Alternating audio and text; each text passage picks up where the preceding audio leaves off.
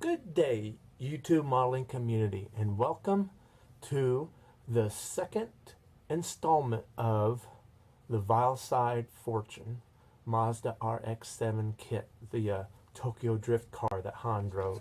In this video, because I want to keep videos short, I'm basically just going to show you my first initial steps of mocking it up before I start really getting into it to make sure I can get the floor pan to fit the body and the interior to fit. I plan on opening the doors and the deck lid.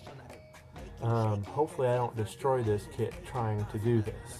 Obviously this kit wasn't designed for having the doors opened.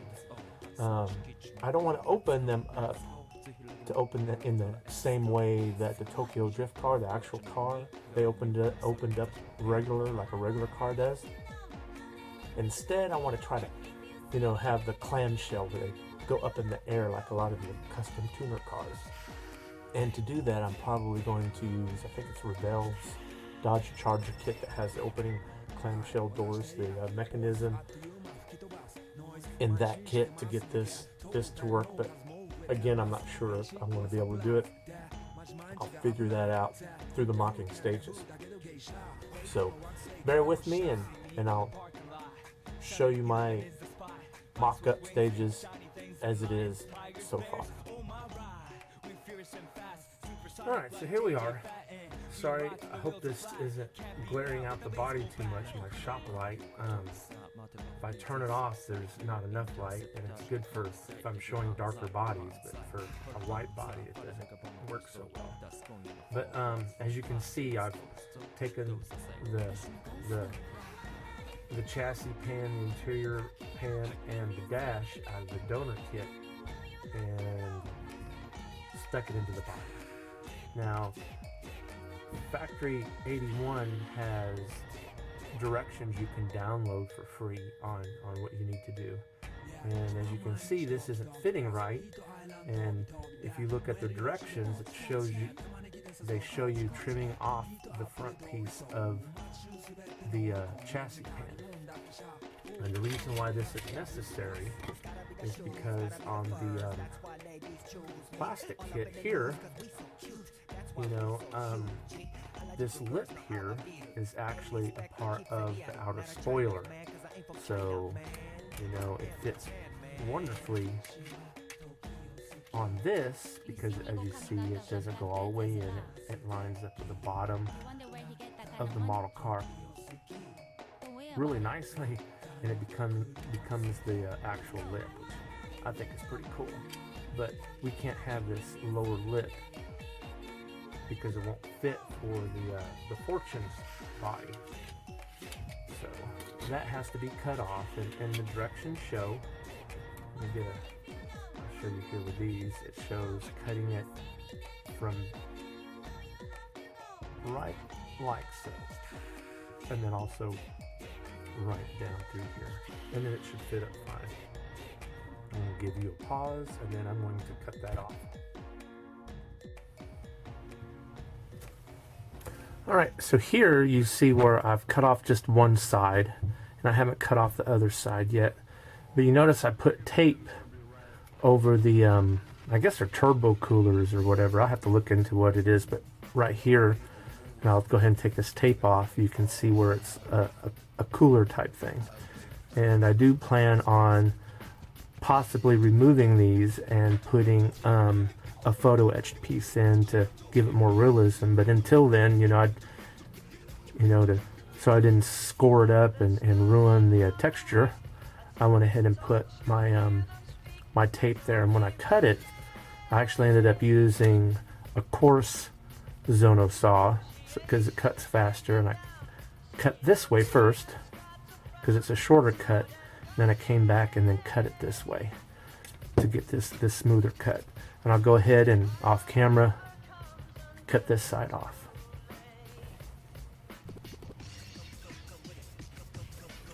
And so now you can see the chassis pan with the spoiler cut off, or the under flaring cut off of it. You know, this is a part of the original piece to it that I can't even remember. It was sort of like this. Went on there sort of like so. But anyway, that's it cut off, and I'm gonna go ahead and insert it and see how well it fits into the chassis pan. If you notice, if you can see, if this isn't too bright in the light, where my knife tip is, there's 2 notches that correspond with my these 2 notches here for the pan to set into.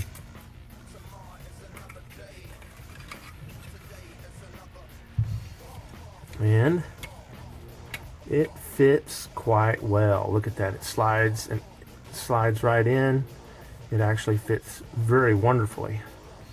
You know, in fact, the chassis pan would glue on quite well, you know, with a little 3-minute epoxy and just a few rubber bands. So that looks pretty good. Give me a minute off camera and I'll go ahead and put the kit glass in and the interior to get an idea of how it all sits. Alright, off camera I went ahead and mocked up the chassis pan and everything with the glass and the interior in, and I am having some issues with the glass. My biggest problem is this being a resin kit, it has a release agent on there, and so my tape, you know, to show you, my tape won't stick at all to the body.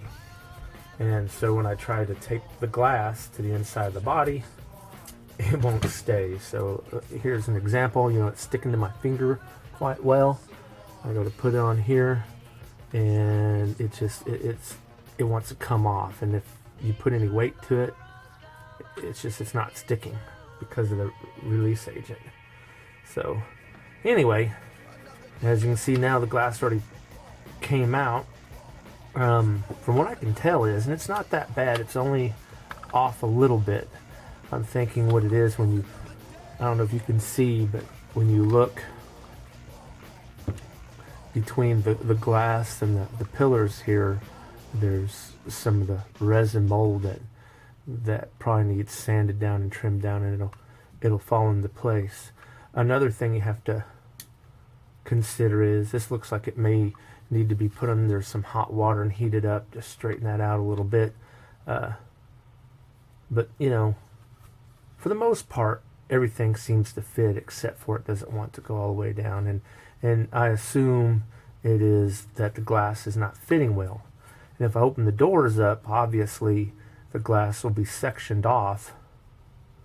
I might not even put side glass in, you know, just leave it open, just the back and the front windshield. So I may have a lot more luck with the glass once I start opening up the doors.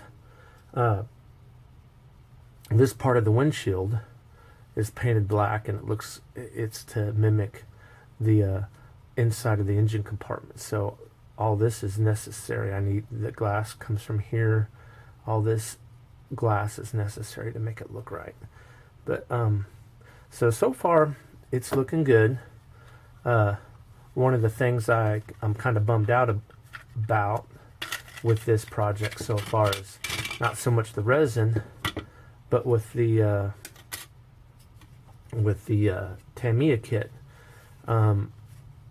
If you notice on the inside of the Tamiya kit, the door panels show no detail whatsoever. And if I open the doors, I'll cut this out, but then I don't have any inner door detail. Now, the Aeroshima kits, they have excellent door detail. And the Aeroshima kit is a 1/24 125th scale, or I'm sorry, 124th scale kit, just as the Tamiya kit is. The problem, though, if I can find the piece I'm talking about, they're actually two different sizes. They don't match, which is odd. You know, you think if they're the same scale, they'd be really close, but they're actually quite far off in size. So I'm starting to believe that one of these kits is actually 125th scale and the other is a 124th scale. But so here is the door panel from the Hiroshima kit, if I'm pronouncing that right. And here is the interior tub. And, you know, it's already opened up, you know, and these pieces you can detail separately, and then they just simply glue on to the side, and they fit quite well. You know, but when you compare this piece with the Tamiya kit, they're two different sizes, literally, you know. You can see that this size, when you look at the door openings, and you match the where the door should open with one another, the Hiroshima kit tub is actually a lot longer than the Tamiya kit. So if you was to take the inner panels and use these in place of this kit, they're too short. So when you put the dash in, the dash is kind of screwed. It could be just me. I might have to fool with it. It may fit, but it's kind of got me on the fence whether or not it's right. It could be. So I'm thinking about kit bashing the Hiroshima kit with the Tamiya kit so that I can get the doors to open. So, you know, using these pieces, and they may be okay. They may be long enough, but I think I could tweak things enough to make it look presentable enough to use it. So it's a shame I can't use this piece in here, you know, on this chassis pan. That would make life a lot easier. I guess I could try and see what happens.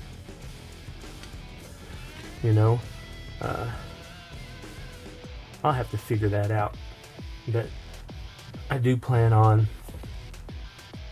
doing something different. I like the doors to open, and, you know, even there's a few things that I like about this tub and things I don't like about that, and vice versa. So we'll see where it all goes and how things fit. Well, thank you for watching the second episode of the Mazda RX-7 Vielside Fortune kit. I'm going to try to make these videos short so you don't get bored watching them. That's why I didn't show a whole lot.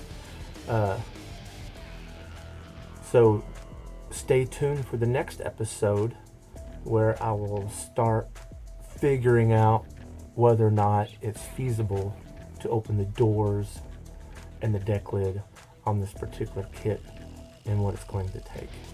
So with that, keep the styling flowing, hang in there, and God bless.